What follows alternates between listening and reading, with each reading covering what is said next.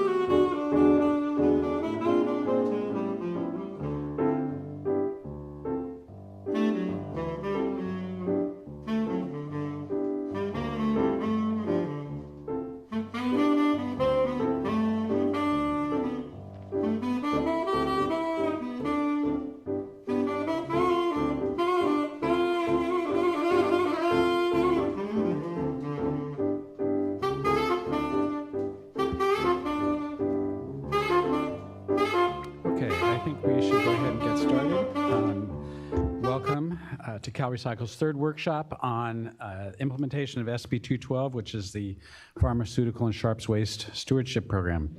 I'm Howard Levinson, Deputy Director of CalRecycle at CalRecycle, and I'll be kind of emceeing the workshop today. I'd like to make some lengthier than usual introductory comments about this before we turn it over for the presentation and soliciting your comments, just so you all have context about this effort. Some of this will be a repeat of what I said at previous workshops, but I think it's important to repeat that. Is this sounding okay out there? I'm getting a little bit of an echo. Okay. I think you all know that this is a really ambitious and important endeavor. We all have concerns about the management of sharps and pharmaceuticals after the end of their useful life, and we are all trying to avoid impacts on public health and safety in the environment. So to address this, Senate Bill 212 was enacted and signed in September of last year. It established safe and convenient disposal options for home-generated pharmaceuticals and for sharps waste. You all know that it established an extended producer responsibility approach, and it charged CalRecycle with implementing that in coordination with the Board of Pharmacy. So today, we are presenting draft regulatory text, and we're soliciting stakeholder feedback on that text. There'll be a second informal rulemaking workshop on January 17th in Diamond Bar, Southern California. It'll be identical to today's. It's in order to solicit feedback from folks down in Southern California who either aren't in attendance today or may not be on the webcast and providing feedback. So it'll be identical format, identical materials. The timeline for all of this, I've talked about this before, it's extremely compressed. The statute requires us to adopt regulations that are effective January 1st of 2021, and that sounds like a long ways off, year and a half, but it's not in the regulatory world. We have to accomplish a lot of things in order to get that done, and a rulemaking of this complexity is probably going to take virtually the entire year that's allowed under the Administrative Procedures Act once we start the formal rulemaking. So to have this done and in place prior to January 1, say late 2020, we have to start the formal rulemaking process in the fall or late 2019. And to do that, we need to get ready for that. And there's a lot of things we have to do as part of that. For those not familiar with how CalRecycle approaches rulemaking, we typically conduct this informal process that we're in right now so that we can have as much dialogue with stakeholders as possible before we start that formal rulemaking process. at least to identify areas where there's concern or lack of consensus, or something that you all think we're not approaching properly, so we can try and hammer as much of that out as we can before we start that formal rulemaking process. We won't get it all done by then, but at least if we can get some things resolved, it'll help. So that gives us about another 4 or 5 months to conduct the informal workshops that we're doing today to solicit stakeholder input. We also have to conduct an economic analysis and submit it to the Department of Finance before we can forward the formal rulemaking package to the Office of Administrative Law. So that takes a lot of time and a number of steps. And we also have to conduct environmental reviews under CEQA in order to be able to move the package forward. So there's a lot of things that have to fall in place simultaneously before we can start the rulemaking. It also requires close coordination with the Board of Pharmacy, and as we've talked about before, that's been happening since the get-go on this, so that's been very beneficial. Today's agenda, there'll be a staff presentation on the draft regulations. We want to emphasize that what you see in that draft text is not set in stone. It is shared with you for discussion. It's based on statute. It's based on discussions that we've had with some of you over the last few months. It's also based on the input from the first workshop, and it is based on our experience in implementing other extended producer responsibility programs. We implement 3 others. We've been doing that for about 7 years, and so we've learned a lot over the years about what needs to be in the regulations on an extended producer responsibility program and what perhaps doesn't need to be in it. So we're not saying that everything that we've included in here from that past experience is right on the spot, but those are things that we think need to be covered, and so we're really interested in getting your feedback on all of this. You were bound by the language and statute, but we think a lot of these provisions are needed for clarifying what's going to be required and setting expectations so everybody knows what the rules of the game are. So our expectations for today are that we're essentially in listening mode. We're not in debating mode or anything like that. We really want to hear your comments, suggestions, concerns, areas where you think we are approaching those provisions correctly, areas where you think we are doing something wrong or that's going to have a negative impact that we can mitigate in some other way. There'll be ample opportunity for Q&A and feedback. We'll pause periodically during the course of the staff presentation. The total presentation is about an hour, but we'll pause periodically through that to allow for some feedback, probably limit that a little bit so that we can get through the presentation, and then it'll be wide open at the end for continued Q&A and discussion. We have microphone runners. Since this workshop's being broadcast, when you do have a comment, we'll just ask that you wait patiently for the microphone and then you identify yourself and your affiliation so everybody knows who you are, those folks on the webcast. We will be taking written comments on the informal regulatory text, the draft text, through July 1st, which is 2 weeks after the next informal workshop on June 17th. That will allow us, if we get comments by July 1 that are in writing, it'll allow us to collate those, figure out potential changes that we want to make to the draft regulatory text before we move to the next step. You're always welcome to submit comments or talk to us after July 1st, and of course we'll take that into consideration. But at some point we have to make changes, move on to the next step, get feedback, and then keep an iterative process like that. And we'll certainly take comments before July 1. That would really be helpful. So before I wrap up the introduction, I want to introduce, we finally have all of our staff in place on this. It was a very jammed recruiting approach, but we have a great staff now. We have, in the front row, we have Marilee, raise your hand, Michael, Julie, and Marianne, and then we have Mary Curry on my right, and a new supervisor. He's actually been on the job for a while, Jason Smith. So this is the team that you will be interacting with throughout the remainder of this regulatory pathway. They are all under Cynthia Dunn's leadership. To my left, Cynthia Dunn is the manager of the EPR section here. And so I want to thank everybody who's worked on this up to this day. We had a lot of staff helping out in the transition to get us to this point. I see Heather Beckner in the back, and Nikki, Will Hung, and Russ Carter, and others. So thanks to you all for getting us to this point. So one last thing before I turn it over for presentation are just a couple of meeting logistics. Those of you who've been in this setting know the drill, but if there's a cafeteria downstairs, feel free to go down there, get coffee. It's probably open for another hour and a half or so. Restrooms are out the back, and then you take a left and another left. We won't be taking any formal breaks, so just feel free if you need to stretch or take a restroom break or need some coffee. And then if there's a fire drill, which I'm not anticipating, but we have had a series of fire drills. So if that happens, we will lead you out the back doors, down the stairs, and then across the street to Cesar Chavez Plaza, which is our relocation point in case of a fire drill. So if that happens, we'll be moving, and please follow us quickly. Lastly, for those of you on the webinar webcast, as we go through the day, and if you want to provide comments, questions, we do have an email address.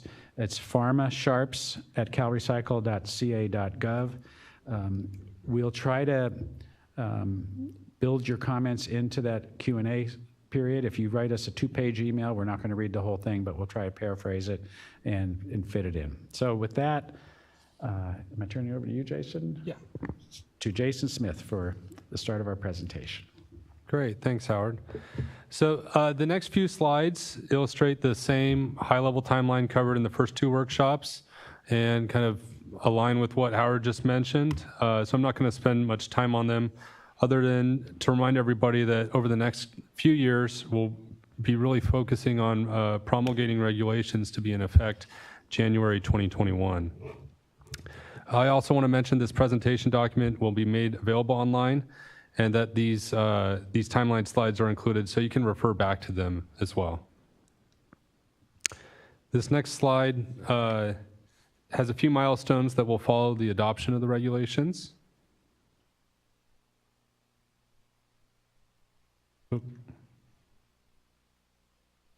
Okay, sorry.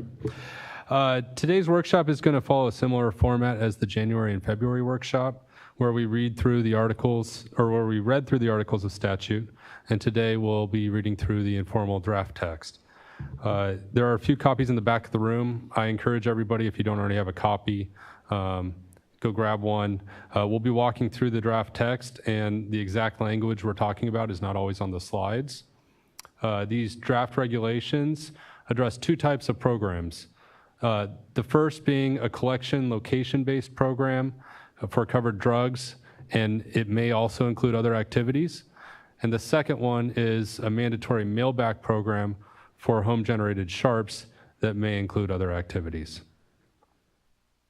Some of the sections we cover are going to be more abbreviated than others, but we'll still be reviewing them all briefly in order to cover the sections in their entirety.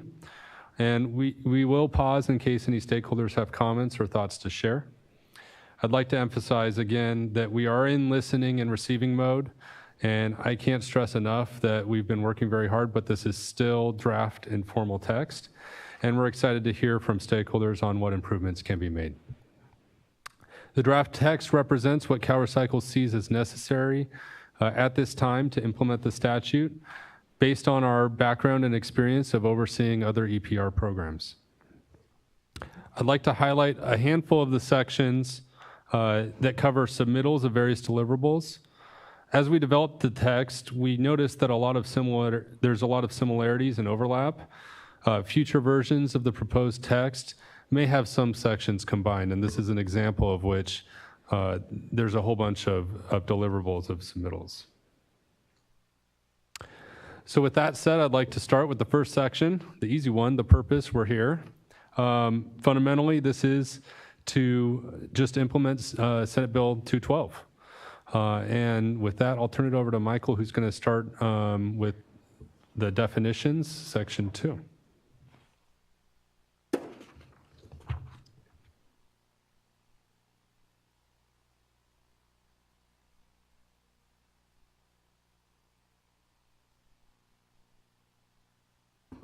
Oh, there we go.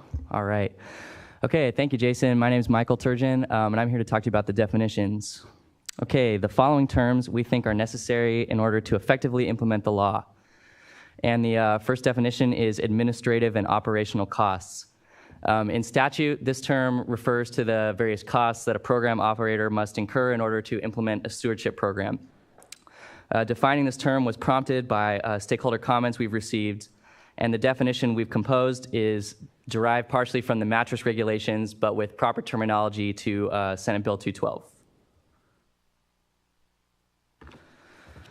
All right, moving on. The next two definitions are homebound and homeless. These definitions are meant to clarify what persons are allowed to qualify to receive prepaid, pre-addressed mail-back materials for their pharmaceutical waste.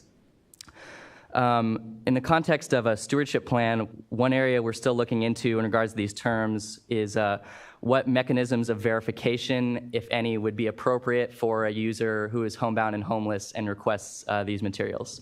So yeah, that's one area we're looking into as we continue this process. All right, next we have home-generated sharps waste. This term in statute is defined using a reference to the Health and Safety Code. And the definition we've included here is intended to address the gray area that exists in what qualifies as a home and what qualifies as home-generated sharps waste. We're aware that the Medical Waste Management Act may already cover some sharps waste generated through in-home medical care. But our chosen definition here may overlap in some of these care options, and we're seeking further clarification on this issue as we go forward. All right, next up we have local jurisdiction or local agency. So statute refers to local jurisdictions and agencies in regards to reimbursement for the home-generated sharps waste that they collect at household hazardous waste facilities. The definition we've included is derived from other programs and is meant to provide clarity regarding what types of household hazardous waste facilities qualify for reimbursement.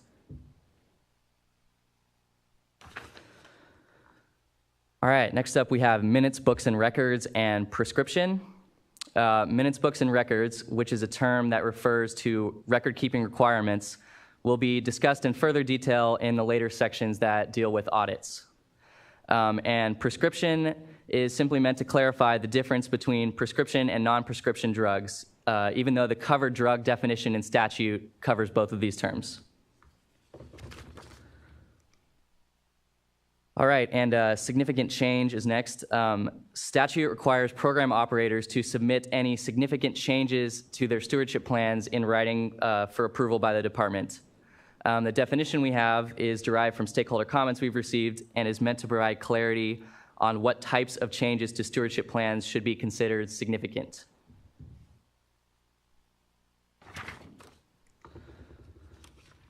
All right, and the final definition is stewardship program. And for this definition, I'm just going to point to statute. So the definition for stewardship program in statute from Section 42030Y of the Public Resources Code reads that a stewardship program means a stewardship program for the collection, transportation, and disposal of covered products. And this definition in statute is important to highlight in the context that it's used later in statute in Section 42036.2-A of the Public Resources Code, which reads that this chapter does not apply to a drug or sharp within a jurisdiction that is subject to a local stewardship program pursuant to an ordinance that took effect before April 18th, 2018. And if that ordinance is repealed in the jurisdiction, or if more than one ordinance is applicable, those ordinances are repealed in the jurisdiction. The drug or sharp shall be subject to this chapter in that jurisdiction within 270 days after the date on which the ordinance is or ordinances are repealed. Okay, with that being said, that is the final definition that we've included in the draft regulatory text, and at this point I'd like to open it up for any comments on the definition section.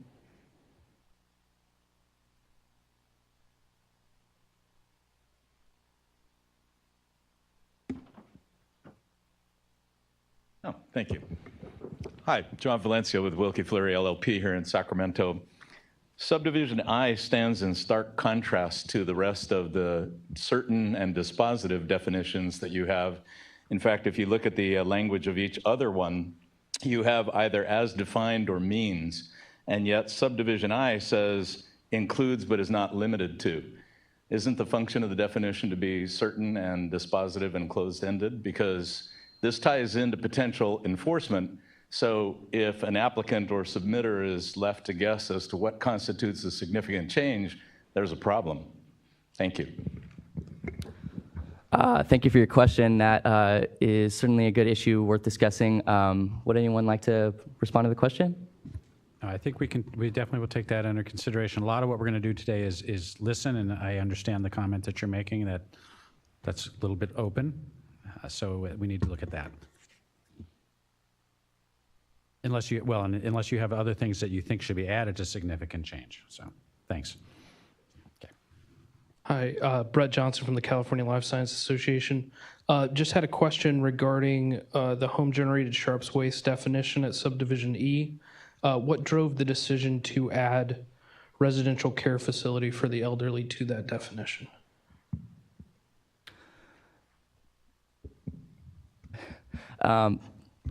Well, not to get too much into the weeds about this point, but we're just aware that there are certain situations that the existing Medical Waste Management Act covers, which is administered by the Department of Public Health. And the definition is just trying to get at the possible interplay between Senate Bill 212 and the Medical Waste Management Act and figure out what kind of situations exist in that gray area. And as we go forward, we're probably going to refine this topic more.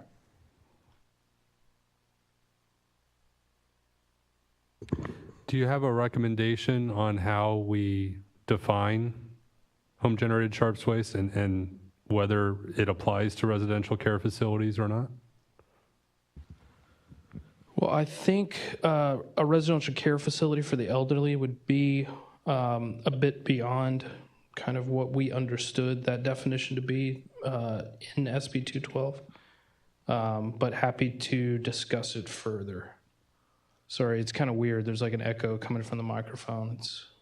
Okay, no, we got you on that. Okay. Thanks.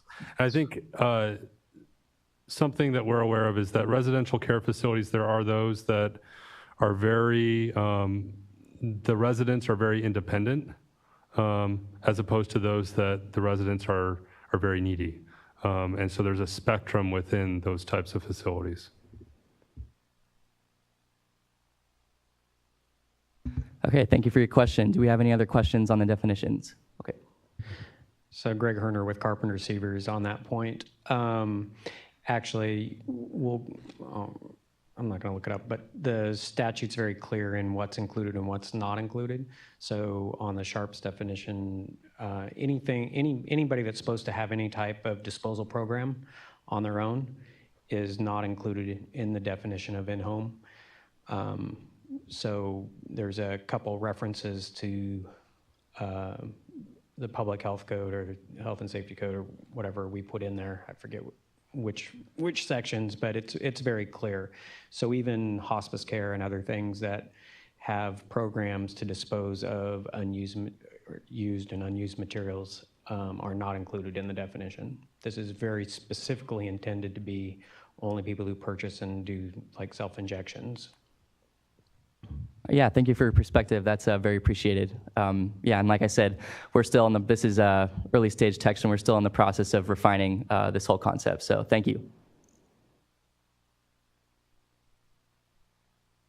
All right, if there's no more comments on the definitions, we'll move on to section 3, which is the criteria for determining a covered entity. Statute requires the development of this section. Specifically, the Public Resources Code states the department shall adopt regulations on the process for determining what entity is a covered entity following the priority order set forth in paragraph 1 of PRC section 42030 F1A. And the proposed language builds directly off of statute. It identifies the manufacturers of covered products as the first parties to be responsible. And if this entity cannot be identified, the regulations propose using the statutory priority order found in PRC section 42030 F1B through E.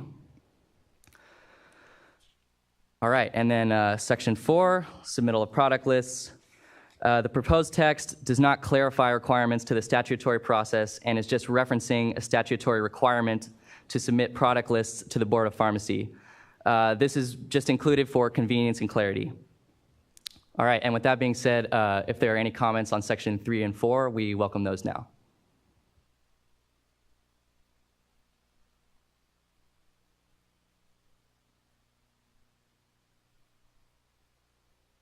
All right, well, seeing no comments here on sections 3 and 4, I'd like to turn it over to Mary, who will present the next sections. Mary? Mary, before you get going, I just want to, the next few sections that are coming up are those areas what Jason spoke to, and I think Mary and others will speak to, where right now we have things separated out for pharmaceuticals, separate from sharps. There are a lot of duplicative provisions in those sections, so it's conceivable we might combine them later if it's more efficient. So I just want to flag those to you. It'd be interesting to get feedback on what's better. Is it better to have less duplication and everything combined, or is it better to have separate listings for each of those different categories of materials? So. Thank you. Stewardship plan submittal process. Sections 5 on page 3 and section 7 on the bottom of page 9. The statute lays out the process for submitting a stewardship plan, and this section of the draft outlines the information required. The language in this section is also duplicated in the Sharps plan, as was mentioned. We differentiated them as distinct sections in the regulations to account for the possibility of a program operator submitting a stewardship plan for covered drugs only, Sharps waste plan only, or a plan for both. As was mentioned, we are considering combining the submittal sections in future versions since they are so similar. To summarize this process, we are requiring contact information, electronic submittal, stewardship plan meet accessibility standards, and a hard copy of the plan. The review process is summarized as outlined in the statute and is basically 30 days to review the plan for completeness, 30 days for resubmittal if the plan is determined incomplete, and 90 days for the department to approve a completed plan. Section 6 on page 4 outlines the required components of a stewardship plan for covered drugs. Thank you. Most of the language in this section repeats statutory requirements for completeness, so I won't spend much time going over the subdivisions, but I'll just briefly summarize them. Subdivision A, compliance with all applicable state and federal laws. Subdivisions B, C, and E on page 5 requires contact information for corporate officer, covered entities, and authorized collectors, and an explanation for excluding a qualified collector from participating. And going back to subdivision D on page 4, this requires a comprehensive list of covered drugs verified by the Board of Pharmacy. Subdivision F on page 5 requires department notification of various contact changes. It should be referenced that subdivisions B, C, and E should be in the draft text as rather than the stated A, B, C, and D.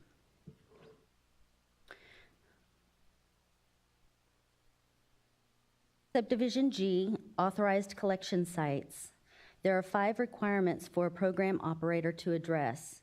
1 and 2 identify potential authorized collectors and describe negotiation efforts and outcomes. 3, 4, and 5 addresses retail pharmacy chain participation as authorized collectors and requirements for meeting minimum statutory convenience standards. Subdivision H on page 6 requires a program operator to submit determinations of compliance, and subdivision I assures sufficient program funding. Subdivision J, beginning on page 6, outlines the stewardship program's handling, transportation, and disposal systems. There are 12 components that a program operator shall provide that are listed on the slide. I'd like to point out a couple. Number 6, tracking mechanisms for collection, transportation, and disposal. We would like to highlight this paragraph, in particular, to seek feedback for detailed requirements. We're considering including examples of product tracking processes, metrics and processes for product weight collection, or transportation and disposal record-keeping requirements. These requirements relate to Section 15 record-keeping requirements that will be discussed later. Number 12 on page 8 requires program staffing description. Currently, this requirement resides in the Handling, Transportation, and Disposal System subdivision, but we may find it better placed elsewhere within the regulation text in the next version.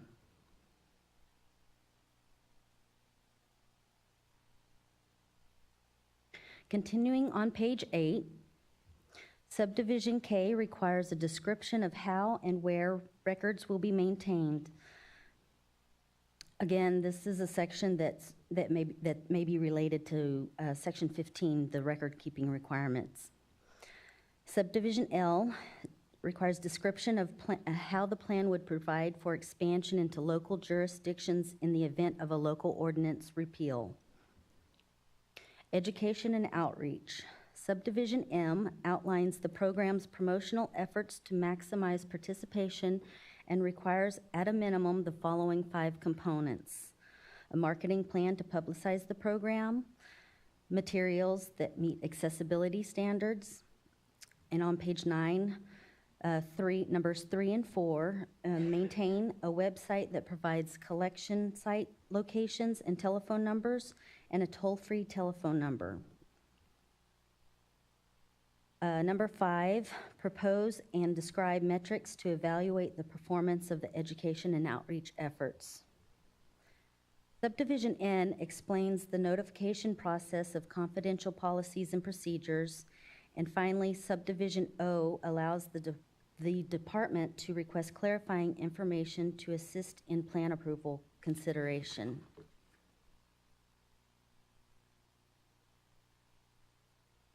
Transitioning into Section 8, Stewardship Plan for Home-Generated Sharps Waste on page 11. I would like to note that we are aware there are 2 subdivision Cs. Most of the statutory requirements are the same for the 2 plans, and a lot of the content in the covered drugs plan is similar to the Sharps plan. I'll be highlighting the differences unique to the Sharps plan. The primary difference being between the covered drugs and the Sharps plans is the collection method of the covered product. Covered drugs program is primarily a receptacle-based program, while the Sharps plan requires a mandatory mail-back program. Therefore, the Sharps plan does not require authorized collector and authorized collection site information, nor does it specify minimum convenience standards. However, statute does not exclude receptacle-based programs, so the draft text contains provisions for other collection methods in addition to the mandatory mail-back program. The Handling, Transportation, and Disposal System subdivision in the Sharps plan on page 12 differ from the drugs plan in that it has 8 components rather than 12 in the covered drugs plan. The components omitted from the Sharps plan are related to collectors and collection site requirements and include minimum convenience standards, the geographic spread determinations, the frequency of which the determinations will be recalculated, and collection site service schedules. Additionally, the description for tracking mechanisms and record-keeping processes are combined into one component in the Sharps plan, whereas they're outlined within 2 subdivisions in the drugs plan. Lastly, the draft text contains some subtle differences in the education and outreach subdivision between the covered drug and the Sharps plan in regards to the toll-free number and website. Our intent is to ensure that those requirements conform to each other in the extent that they are the same. Additionally, language regarding information on collection site location is omitted from the website and phone number component. As mentioned before, collector and collection site information requirements are being considered for the Sharps plan section in the next iteration of the draft requirements, or draft regulations. Are there any comments?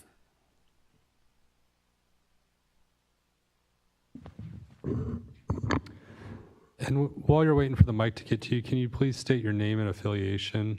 We also have people outside the room that might be listening in, and it'd be nice to know. Thanks.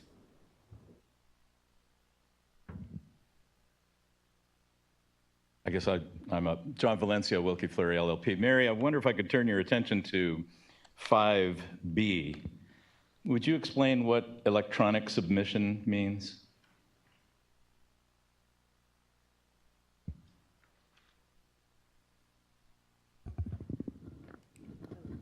It might be helpful also if you refer to what page of the draft text. I'm sorry. The page and line number would be helpful. 5B, page 3 of 31. So page These 3, line will be 18. submitted electronically according to instructions provided by the department. The date of electronic submittal will be considered by the date of receipt by the department. What is electronic submittal? We are asking for the stewardship plan to be submitted through the computer, through electronically. You want to? Are you referring to email and attachment Yeah. to email, Yeah. portal? So you email it to the email inbox, and then there's also a paper submittal as well. There's also what, sorry? You email it to our inbox, and there's also a paper submittal that follows. I have a question about the paper submittal. The official date of submittal is, This particular regulated industry is working with a non-environmental agency that has perfected a portal for uploading the entirety of required submissions. Is this agency capable of that? Just a question. If it's not answerable now, something to consider. Thank you. We'll take that into consideration. And I think by keeping the term electronic submittal, it allows for multiple forms of electronic submittal. Are you suggesting that the regulation specifies exactly via email, via portal? Yes, that's what your sister agency has done, exactly. Because so many disputes regarding timeliness of submission and disagreements about compliance with timelines revolve around the mechanism used for submission. Absolutely. And especially since you specify that the date of submission that's going to be recognized is the date of receipt by the department or by the agency, it's key. Mm-hmm. And a question on that in terms of electronic submission, since you specify as a matter of proposed regulation or draft regulation that it's effective on receipt by the agency, what happens if your electronic system goes down? And that date is key in determining compliance. Okay, those are good things to consider. Appreciate written comments to, we'll take those into consideration, but if, I imagine that you'll be submitting written comments. If you could also, in your written comments, describe what portal you're referencing. I don't think that the department can promise that it will, by a date certain, be able to have our electronic systems conform and be able to talk to existing systems. So to the extent that you can let us know about that, we can work internally to try to figure out what makes the most sense. I can tell you that in practice, electronic submittals via email of stewardship plans have never been a problem, been an issue. It's not to say that there isn't the possibility that all of CalEPA's email goes down on the day of a plan submittal. I mean, things like that can happen, so we can give some thought into what kind of backup systems mechanisms can be put in place. And then there's the both mildly environmentally inconsistent requirement of a hard copy follow-up when everything is electronically submitted. What if there happens to be a copier mishap at the sender's end, creating a difference between the electronic submission and the hard copy submission? That sets up a stage for incompleteness debate. Why not have one format or the other? Just a question. Thank you.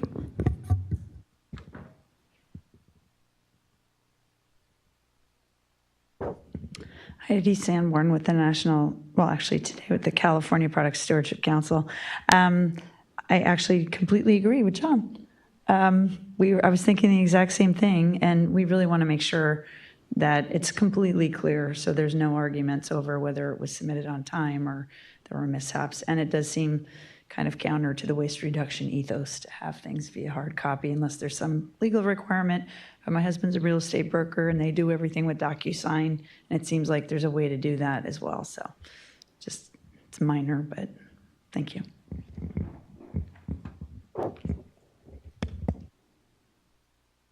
Thank you. Thank you for your comments. Next up are the annual report section where. Oh, we have one online. Oh, yeah. We have a stakeholder email coming in. So there's a two-part question. I'll pause for after I Joyce, could you identify who it's from, please? Yeah. So this is Leah from the Healthcare Distribution Alliance in the Western region.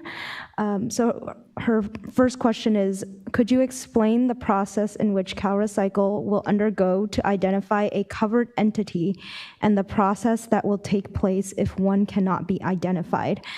Under the federal track and trace system, the Drug Supply and Securities Act, each manufacturer should be easily identifiable.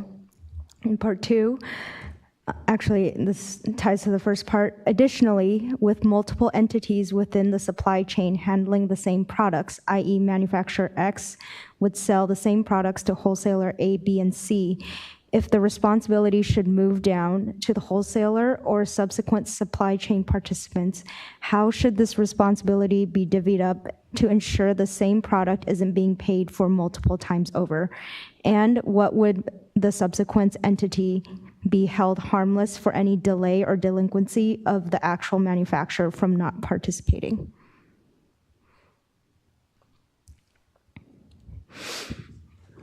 Okay, so I rewound to slide 14. Leah, if you're listening still, I think this is the part that Michael covered, the criteria for determining a covered entity. So we have our proposed text basically references the statutory process. It's a tiered definition. It tries to go as upstream as possible with the original manufacturer, and then it goes to B, C, D, and E. And we welcome any feedback on if our language could be improved upon. We do recognize it as an important criteria and an important process. Thanks. Was that the first question and there was a second part, or is there more? I just realized she was asking the same thing about the tier definition. Yeah. Okay, great.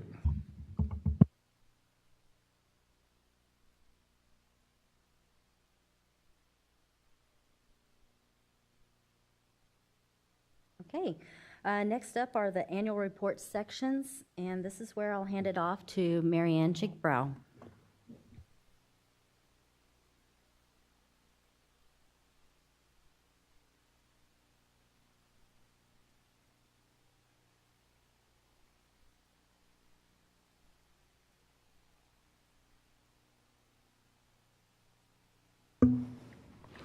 Okay, sections 9 and 11, annual report submittal. These are similar to the other submittal requirements that we've covered today, so I will not be going into great detail. Also, this is another example of where the report submittal process is the same for both covered drugs and sharps, and so we are considering combining these two sections. I would like to highlight that the review for completeness and approval. The review process is a 30-day completeness review and a 90-day review period for consideration of approval. This is different from the submittal process for plans, which spells out a revision and resubmittal process.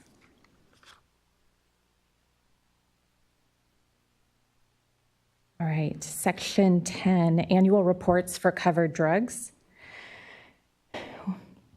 We are noticing a lot of similarities, again, between covered drugs and sharps, sections 10 and 12, and are considering combining these two sections in the future. First requirement under annual reports is contact information. 2, executive summary. 3, collection system, which has 7 components. You can find these on page 16.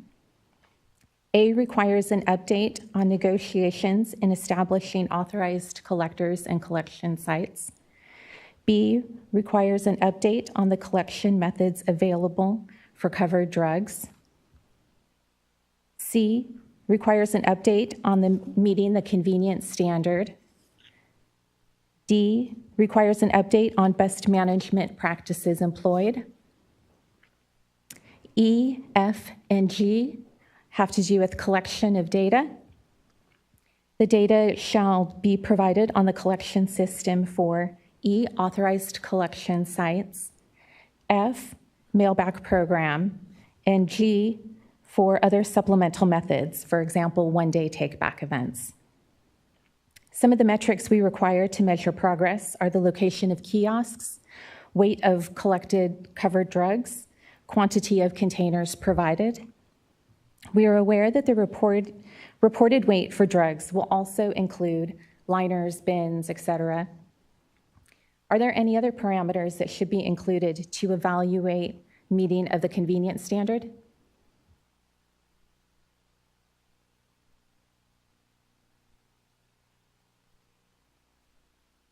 All right, doesn't look like there's any comments on that. Okay, so now we can transition from collection system over to 4, transportation and disposal. 5, safety and security, addressing any safety and security issues which occurred over the reporting period and their implications. 6, education and outreach components are found on page 18, and they require an update on efforts and an evaluation of effectiveness, which could lead to identifying potential improvements.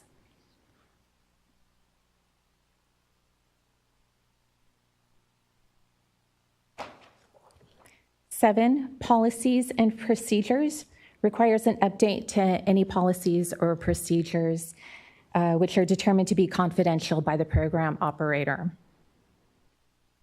8, verification has 4 components. These require updating and re-verification annually. A, participating covered entities and contact information. B, covered products.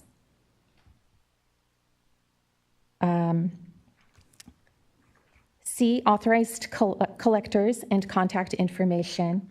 And D, authorized collection sites.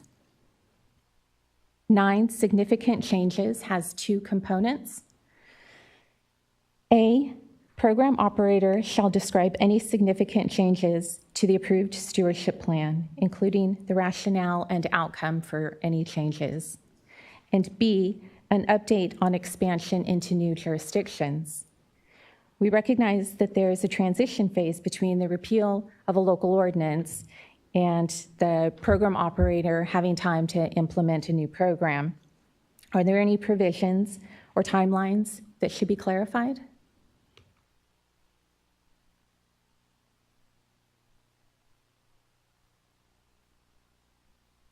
Okay, so we can move on to 10. Identify any agency determinations of noncompliance for the reporting period. And 11, outlines the requirements for an independent audit of the program operator.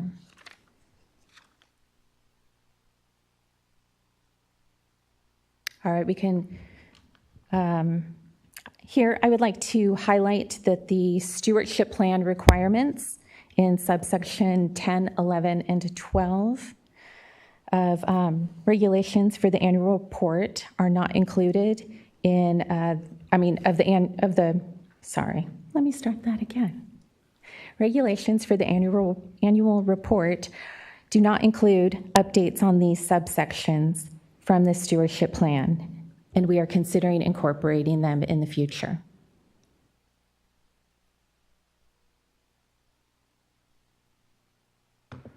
All right.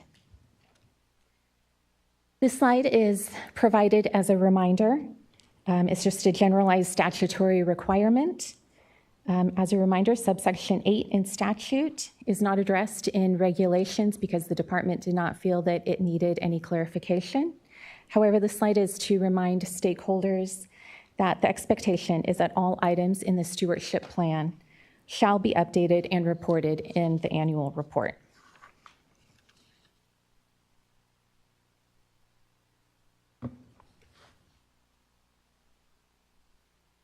Okay, now we can transition into section 12, annual reports for sharps waste. There are many similarities in the text between sharps and covered drugs. However, there are a few differences based on the convenience standard, which has been omitted, which is a requirement for covered drugs. Sharps waste regulations reflect the mandatory use of a mailback system. I would like to highlight a slight difference in the collection system portion of the annual report. Covered drugs has 7 components, while sharps has 5. Omitting A and E found in covered drugs, which refers to kiosk collection, because again, the sharps program is focused on a mailback system. 7, verification is currently the same for both covered drugs and sharps, and include information on authorized collectors and authorized collection sites. However, these are terms that are related to covered drugs and not sharps waste. The department intends on revising the regulatory text as appropriate.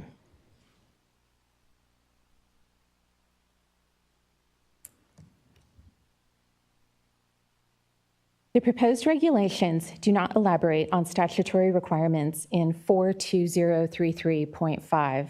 However, we recognize the concern of program operators wanting to document and accurately document legitimate claims, and on the other hand, the concerns of local government who are concerned with the scope of documentation and timeliness of correspondence. We welcome any feedback on this as CalRecycle considers a balanced approach.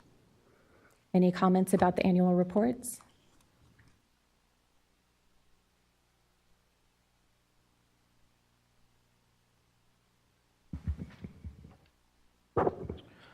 Brett Johnson with the California Life Science Association.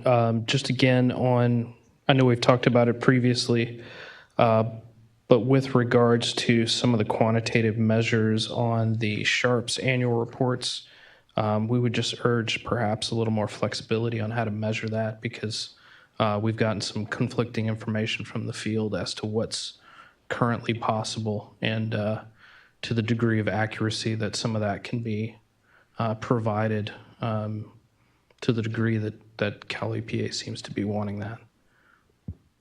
Okay, well, we welcome your comments on that.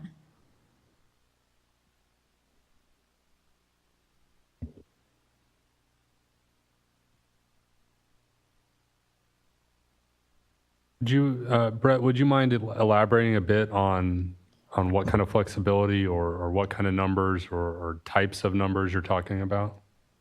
So I'll just say during the time of SB212, we did do some kind of exploratory investigation of our own, as if we were to be running one of these stewardship programs for home-generated sharps, and trying to figure out what kind of information we could get from the vendors that currently handle these types of containers as a third party.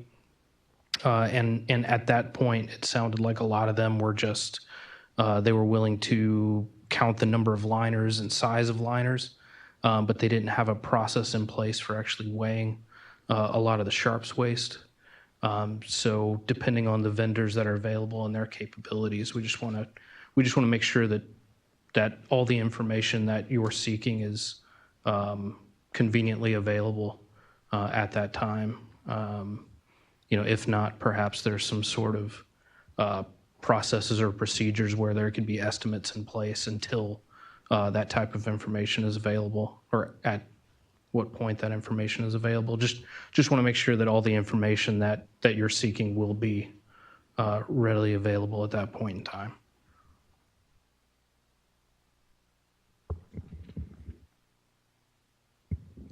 Jennifer Snyder, on behalf of the California Retailers Association, just to point out, and this I think dovetails back to some other sections related to the mailback program for sharps, continues to be concern about how we weigh or determine how containers should be distributed at point of sale, and if we're going to overwhelm our waste system with with containers at point of sale, and how we weigh that with making sure that folks have mailback containers, but we aren't distributing too many of them.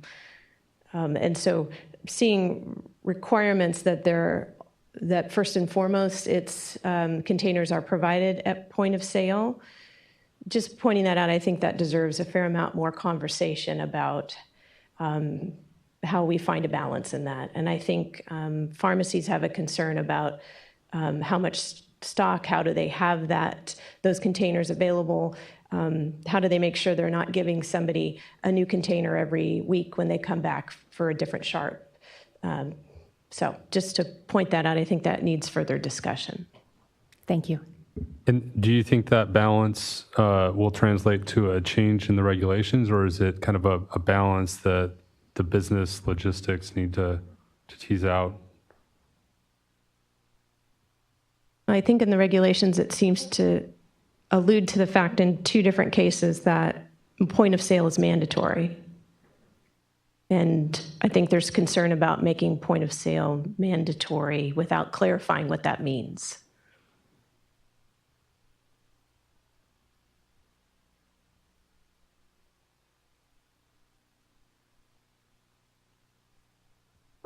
Jack McGurk from Systems Improvement Initiators. I have a question on the annual report for the sharps waste, and specifically on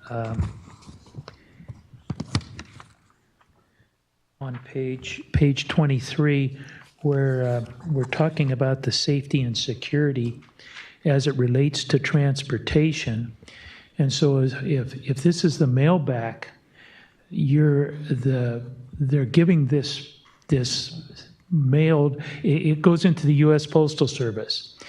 The entity may not know of transportation issues unless they get a report back from U.S. Postal Service that there was an accident or something, but they're giving this out of their responsibility to the U.S., to the federal government's U.S. Postal Service. So put the transportation incidents and all, they may never know of what might have happened unless they somehow got a report. And so there ought to be some flexibility in this area as reports of any known or identified to them incidents that occurred.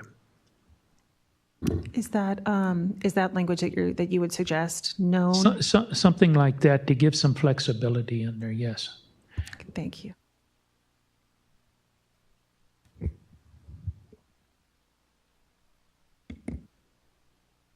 If I could ask you a clarifying question on how much you need to know, your downstream business partners, because you being somebody that would set up the program that uses U.S. Postal Service, it goes to a destination, and that might not be the final resting point. It could be a consolidation point, and then it goes onward past there. How much would that entity, that program operator, need to know about their downstream partners or attempt to know if we were to do regulatory text of that nature? Some of the mailback programs that I'm familiar with that exist today, U.S. Postal Service delivers it to the point of treatment. And so what's taking place en route, they wouldn't know because it's out of their responsibility, their purview, unless U.S. Postal Service sent them a report that said, hey, we had an incident, a truck was in a wreck and there was a fire and so forth and so on. But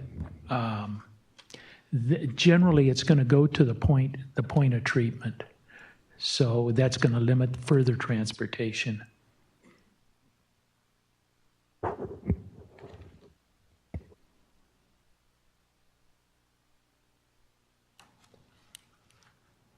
Okay, all right. So I will hand things off to Marilee, and she is going to talk about program budgets.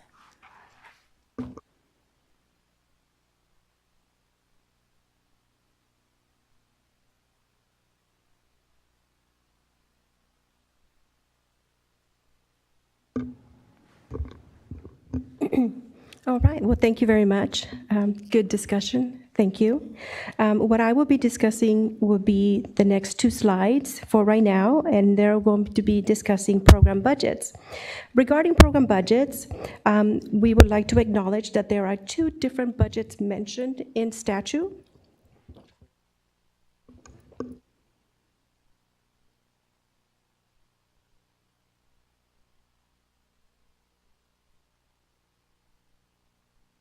All right, thank you for that. One is an initial stewardship program budget that covers the first 5 years, and that is a perspective view of what is anticipated to happen during the first 5 initial years of the stewardship program. That program budget is submitted with the with the stewardship plan. Secondly, there is an annual program budget for implementation that will be submitted on a yearly basis. And the first annual program budget submitted will be on or before March 31st, 2022. Each year thereafter is another report that will be submitted. The first annual program budget will cover 2 time periods, January 1st through December 31st of 2021, and January 1st through December 31st of 2022. And the intent of this document is to answer 2 program budget questions. What happened during the first year, i.e. 2021, and what is budgeted for this year, i.e. 2022. Subsequent reports submitted after that will cover their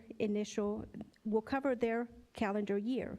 So for example, the report that will be submitted on or before March 31st, 2023 will cover the entire calendar year of January 1st to December 31st of 2023. The question of what happened during that year will be answered by the audit that will be part of the plan as well.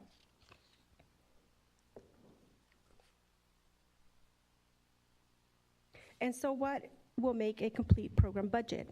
In reviewing a program budget for completeness, the department will look at a couple of different factors. One, does the program budget include anticipated costs with a narrative description of the cost categories, along with the recommended funding level necessary for implementation?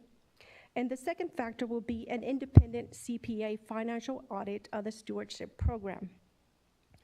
The submittal and approval process for this document will be the same as for any other submittal, i.e. the department will have 30 days to review for completeness. The submitter will have 30 days to resubmit if there is an incomplete report that is identified to them. And the department will have a 90-day approval for consideration time period. For today's presentation regarding budgets, the question that we are looking for feedback on is what changes, if any, to our draft text would help to clearly identify the required components of a program budget. So please be thinking about that and submit us your suggestions. From here, I will be moving on to record-keeping requirements. And these next 3 slides are presented for clarity and convenience. They mirror what is in current statute. And if we're looking at record-keeping requirements, little a, number 1 through number 3, these provisions outline all other parties that are required to maintain records. It also clarifies the requirement of entities to provide the department access to facilities, operations, and any relevant records. Consistent with the statute, the department may take disciplinary action against an entity that fails to provide access. The regulations provide the clarification of the disciplinary actions. the department may take if an entity fails to provide the department access and/or records.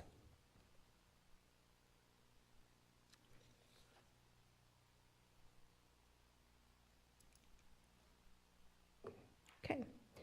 Record keeping part little a, number 4, describes retail pharmacies and retail pharmacy chains must provide access to existing records on all covered products sold or offered for sale in the state. And these include the 4 items listed on the slide, from manufactured of the covered products to certification letters from the department. This component of the regulations has been developed to support the department's ability to verify covered products sold, as well as efforts to identify covered products and manufacturers that are not compliant with the requirements of the statute. Either they do not have their own stewardship plan or are not a member of a stewardship program, as well as efforts to verify stewardship program implementation by the program operator.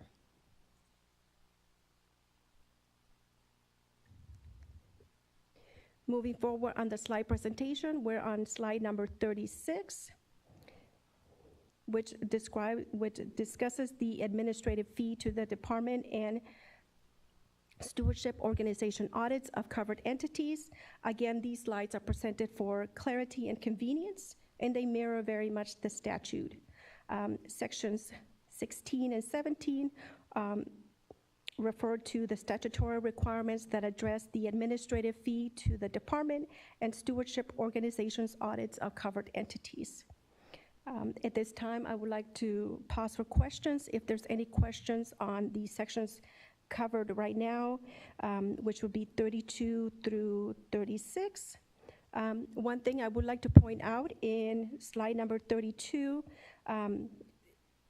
we have May in slide number 32. Let me see if I can flip back to that, where it states the annual budget may be submitted electronically. We are looking at changing that to shall be submitted electronically, taking under consideration the comment that was received earlier. We will be looking at that further. This was a slight oversight on our draft, and we will be correcting that in subsequent revisions.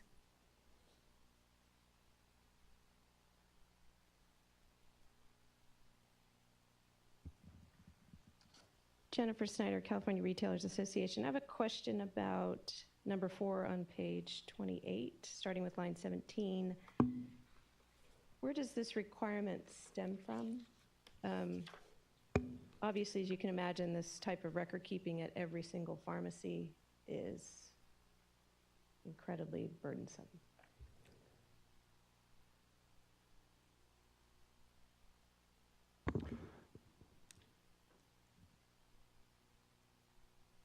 Mark, do you want to take that question or comment? I think this aligns with our needs for enforcement capabilities. This is, sorry, bear with us. It's based on a statutory requirement, and we're just trying to locate it right now, so hang on a second.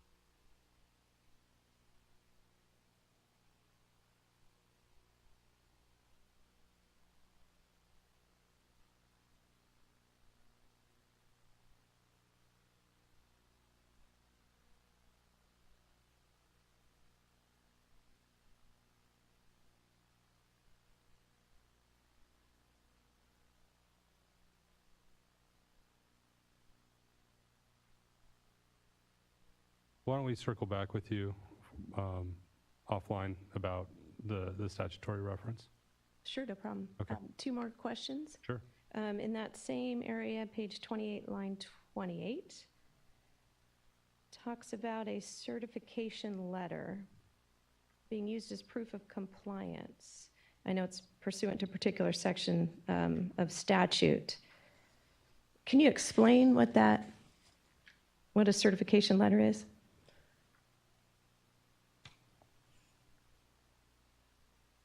So there's letters. Oh, yeah, Mark's got that one. Yeah, the Mark to be with CalRecycle, I'm going to cover that under the enforcement part. So if you can, if I don't answer your question, we'll pick it up again. That's great. And one more question. On page 29, with respect to pharmacy's review of the website, how do you envision, so this is more specifically related to line 22, number 2, how do you envision somebody reporting that they are selling a non-compliant covered product? And to do that by pharmacy, again, as you can imagine, every pharmacy to check your website, then report a non-covered product. I'm kind of back to my previous comment of this is almost overwhelmingly cumbersome for our pharmacies to do. So I'm trying to get to the bottom of how we can get to a point where we can provide CalRecycle with what they need with less of these types of burdensome requirements. And again, we have a proposal that I'm going to outline real soon. Perfect. All right.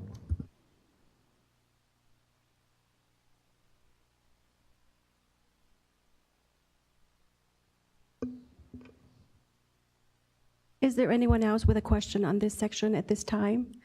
You can let your question germinate for a little bit, and when we get to the end of the presentation, feel free to bring it forth. And as always, we have stated, written comments are always appreciated and welcomed.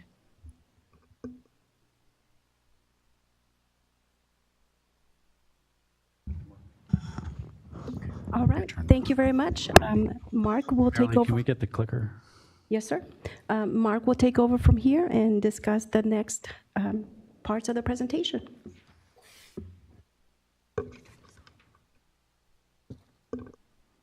Oops. Got it. Okay, as promised. So Mark to be with CalRecycle. I head up the group in CalRecycle that does much of the enforcement, and with other EPR programs, the enforcement role at CalRecycle is in a separate group to allow some independence in terms of other functions relative to EPR separate from the enforcement. And there's a referral process that we use internally to facilitate communication and move things from one program to the enforcement program. So we've been consulting on these regulations and have contributed to the drafting of the regulations. And I want to thank Trevor O'Shaughnessy for his work on that side of things. So I'm going to cover the last few sections that basically come out of the Article 6 in the statute that was titled Enforcement. And hopefully we'll answer some of those most recently asked questions. So in the statute, 42035C, subsection C, requires those that sell or offer for sale covered products to monitor the department's website to verify covered entities and stewardship organizations and the covered products that they provide are in compliance. And so in order to show compliance that indeed folks are monitoring the website, we have proposed the regulation and just to kind of walk folks through what we have in mind here. So the proposed language outlines the process to obtain a proof of website monitoring certificate. So that's the certificate we're talking about. In general, this is how the system would work. The department will develop a website for entities, such as retailers, pharmacies, wholesalers, distributors, to access. Logging on will require the entity to provide identification information, for example, their name, contact person, address, and that this information will be used to fill out and populate the certificate. The entity will then provide the department's, will be provided the department's list of manufacturers and covered products received through the plan, annual reports, and any updates from the program operator. The entity will review the list to verify a manufacturer and/or covered product being sold, dispensed, or listed. The entity will then check a box that they've successfully identified and verified the manufacturer and/or covered products as listed. If a particular manufacturer or covered product cannot be verified, the entity will be provided the option to report the manufactured or covered product to the department, consistent with 42035C. Upon completion of the verification, options to either print the certificate or have it be sent electronically will be provided. We anticipate that electronically would be by email. The certificate is to be maintained and updated when an entity sells, offers, or offers for sale or dispenses a new covered product or covered manufacturer. A valid certificate is to be provided to the department upon request. Hold your questions until I get through the other two. All right, moving on. This section it's on page 30, correct? Yes, 30 of the regulations. Statute outlines that penalties can be up to $10,000 per day. Statute increases penalties to a maximum of $50,000 per day when the violation is proven to be intentional, knowing, or reckless, consistent with 42035.2A2. This section of the regulations outlines the factors that will be considered by the department when determining the amount of a penalty. The factors presented in the regulation are consistent with those used by the department in other EPR programs that we oversee.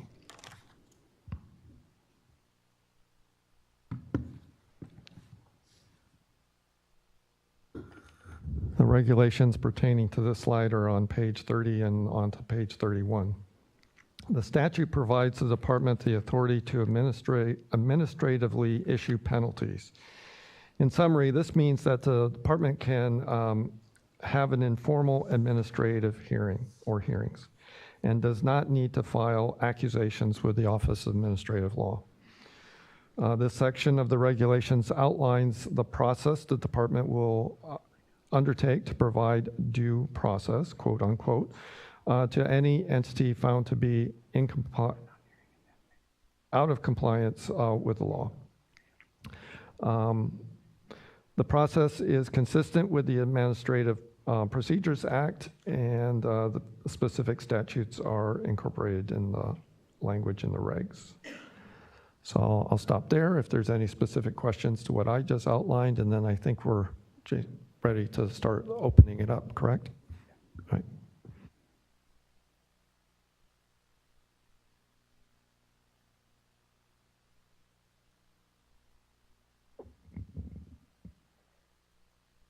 Just Jennifer Snyder, California Retailers Association, did you consider that some of these requirements could be handled by a administrative entity for a chain pharmacy?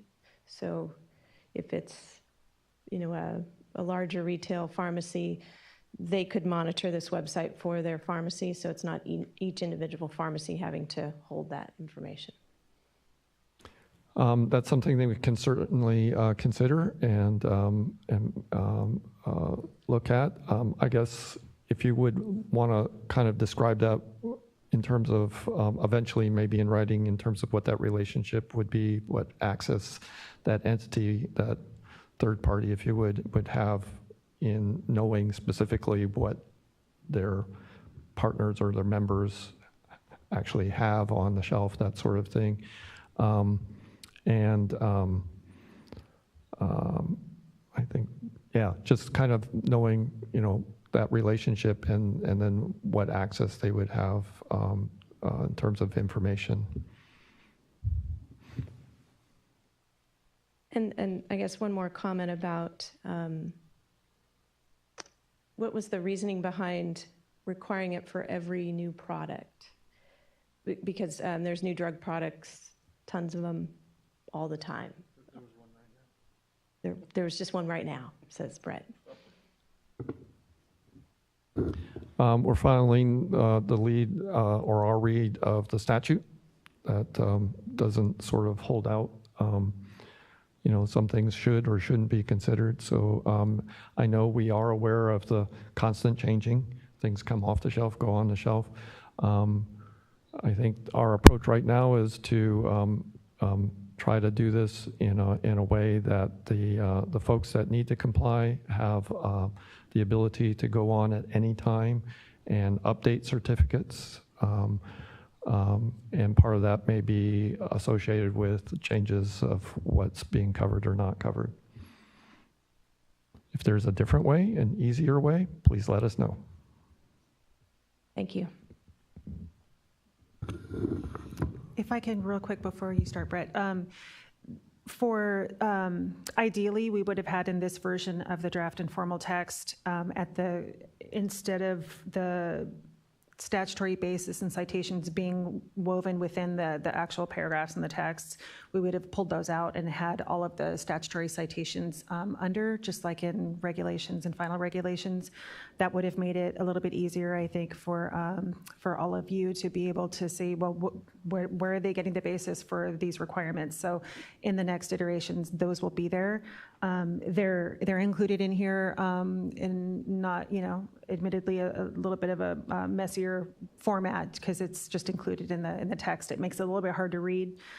So I apologize for that. But yeah, essentially, and I apologize, that's one reason also why I wasn't able to pull the statutory reference for one of your previous questions. We'll get an answer for you and reach out to you personally, but hopefully for future conversations, it'll all be right there and be a little bit more clear. Brett Johnson again with the California Life Science Association. And I know this is something that we've been talking to Board of Pharmacy about, but just looking at this section, I think it's really important that we come to a common understanding that's fairly specific as to what a new covered product is. Because again, as we've talked before, you could have one specific type of drug, but it's going to have, 30 or 40 individual 11-digit NDC numbers. That could be changing all the time, whether it's a blister pack that's in, packs of 48 or 36. So if each different type of packaging is considered a new covered product, there would be requirements of verification almost any time the NDC system's updated. So could be incredibly burdensome. So perhaps, I don't know if it's something in the definition section or maybe some greater specificity anywhere where there's discussion of covered or non-covered products. But I think it's something that we should probably iron out here soon. Would really appreciate industry knowledge and the expertise of all of you out there. We're taking our read of the statute, we're taking our experience and our expertise in these kinds of programs, these kinds of requirements, and we're trying to apply it to an industry or industries that we're not familiar with. So to the extent that really appreciate flagging that, and I know that's something that we've had a lot of discussions with a lot of different stakeholders about. I feel like we understand the issue and we, to a much less extent, understand how to fix it in the text. So really we'll be looking forward to the written comments and suggestions there for us. Yeah, and we're happy to help. I just didn't know how much you all were letting Board of Pharmacy take the lead on that, since they're kind of at the front end of dealing with that definition. So yeah, happy to be a resource however we can.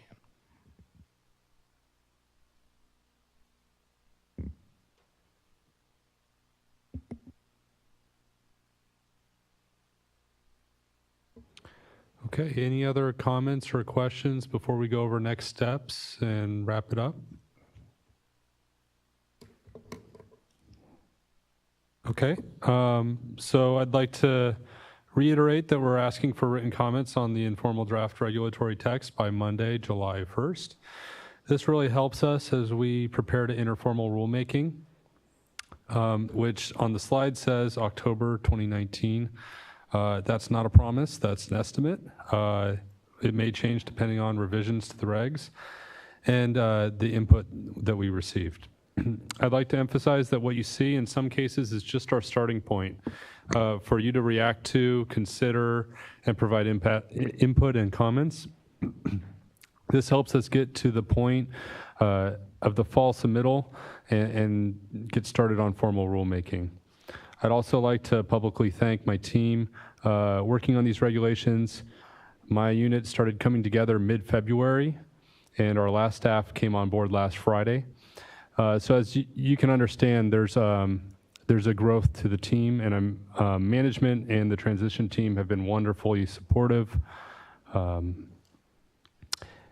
and we continue to move forward. Please contact us if you'd like to set up a stakeholder meeting and you haven't, if you'd like to schedule a meeting, or come talk to us after the workshop today. We're available, and we'd like to lean on the industry expertise and knowledge you folks have. So we really appreciate your participation, and I'll kick it back to Howard for wrap up. Thanks, Jason. And keep this slide up for a sec. I just want to thank you for saying fall as opposed to October. We're shooting to start the formal regulatory process in fall, but what that really means is if we were going to start it, say, in mid-October, we already have to have Office of Administrative Law approval, which means we have to submit the package to them September-ish, late September. It means it has to go before our director before that. It means a lot of other things have to be in place. So we probably have 2.5, 3 months right now before we're ready to propose the text for starting the formal rulemaking period. So it's really critical that we get written comments. The comments today were really good. There weren't things that I think are insurmountable. We may not work them all out by the time the formal rulemaking starts, but certainly we can get a start on a lot of those. But to the extent that you can provide written comments, alternative ways, as Mark was talking about, alternative ways of dealing with some of the issues that you've raised, that's great. We can consider that. The sooner you get it, the sooner we can run it through our legal staff and try and make sure that it's consistent with what the statute says. So, so it's tight. We're really on a tight time frame. And we will go back and forth with you as much as we can, but I don't know that we're going to have an opportunity to have another workshop and kind of vet more informal concepts out. So now's the time to be weighing in. Again, we'd like to get written comments by July 1, certainly earlier. We're allowing that July 1 timeframe because we have a workshop down south to repeat this so other folks have an opportunity to weigh in. But if you get us comments in the next couple weeks, we'll start working on them. So. With that, I'd like to see if there's any other, it's kind of open discussion. We have plenty of time. We have our contact info. But if anybody wants to re-raise a comment you made or add something, add a different question that you didn't have a chance to speak to, we're open either now or after the workshop. Tomorrow, not tomorrow. You can send stuff tomorrow by email. I don't think our system will crash, but we understand that point as well. So, While people are thinking, Howard, could I interject? Pardon? Can I interject while people are thinking about other questions? Just in this maybe motivation, this is the time to really have a discussion. CalRecycle staff can engage directly back and forth, discuss options, and try to find a way forward. Once we start the formal process, we're really limited in how much we can have that kind of free and open dialogue. So if there's an issue here that needs to be resolved before we start the formal process, now's the time to bring it to our attention. Give us the ideas you have on the way forward so that we have that flexibility to look at it and see if we can insert it now before we start the formal process. So that's my pitch for be involved. Amen on that. Mark's absolutely right. Once the formal process starts, we are very constrained in our ability. We can receive comments. We have a very formal way of responding to them that has to be documented for the Office of Administrative Law. So it gets very tight. So yeah, this next month or two are really critical. I'm not seeing any other comments. Joyce, do we have anything? No, none on email. So I'm sure you all will be thinking about these issues and providing comments, suggestions, and we look forward to getting those. Thanks again for being here today. Again, if you want to listen in on the June 17th workshop, it'll be the same presentation, but you may hear some other comments or concerns that people raise. So I would urge you to listen in on that as well. So with that, we'll go ahead and close this, and thanks a lot for being here. And I do want to thank, once again, all the staff who've been involved in this. You guys have done an incredible job of getting this together in a short period of time. So.